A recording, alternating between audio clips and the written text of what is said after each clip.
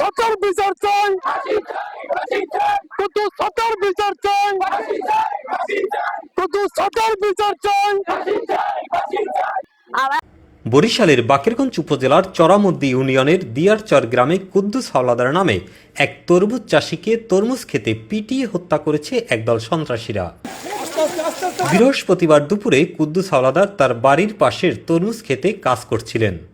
এ সময় পাশের গ্রামের পূর্ব চরাদির আনোয়ার, সানি, ফয়সাল, হিরণ, মিরাজ, সরোয়ার সহ সংঘবদ্ধ একটি বখাটে গ্রুপ পূর্বের নির্ধারিত 2 লাখ টাকা চাঁদা নিতে আসে তরমুজ খেতে।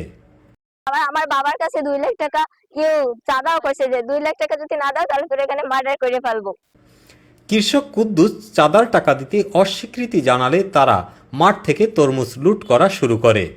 কৃষক কুদ্দুস হাওলাদার তাদের বাধা দিলে তার উপর অতর্কিত হামলা চালায় এবং পিটিয়ে গুরুতর জখম করে রেখে যায়। আহত অবস্থায় কুদ্দুস হাওলাদারকে বরিশাল শেরি বাংলা মেডিকেল কলেজ হাসপাতালে নিলে চিকিৎসাধীন অবস্থায় ভোররাতে তার মৃত্যু হয়। তো ওরা আমার ওই আনোয়ার আইসে আমার আব্বুরে মানে কিছু বলা নাই কারণে আইসে ঘুষি শুরু করছে। ওরা মারতে মারতে আমার আব্বুরে তরমুজ খাতের পাশ, ওরা মাছকলা থেকে শুরু করে তরমুজ খাতের পাশ পর্যন্ত নিছে। সেখান থেকে তরমুজ খাতের গোছগুলোই ওরা আমার আব্বুরে মারছে।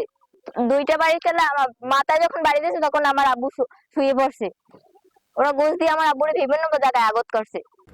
এই ঘটনায় 4 এপ্রিল শুক্রবার বিকেল 4টায় বিক্ষুব্ধ এলাকাবাসী আসামিদের গ্রেপ্তার ও বিচারের দাবিতে কুদ্দুস হাওলাদারের লাশ নিয়ে বিক্ষোভ মিছিল করে।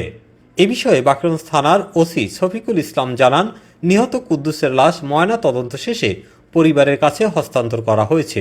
আসামিদের গ্রেপ্তারের অভিযান অব্যাহত রয়েছে। আনোয়ার, সানি, ফয়সাল, হিরণ, মিরাজ, সরোয়ার এরা হচ্ছে প্রথম 4 জন আসছে। তার আগে একদিন রাতে এসে 5-7টা তরমুজ নিয়ে গেছে। ওইটা আমরা মানে দেখছি, ওদের লড়ান দিছি, ফেসটা চিনতে পারি নাই। এরপরে হচ্ছে ওরা আবার এর পরের দিন আসছে, আসার পরে আমার বাড়ির কাছে 2 লাখ টাকা চাইছে, যদি টাকা না দাও তাহলে সে তোমার এইখানে মার্ডার করে দিব। তো ওইটা বলার পরে ওরা চলে গেছে। আমরা মনে করছি যে হয়তো পোলাপান আসছে, চলে গেছে, এটা আর কিছু বলবে না।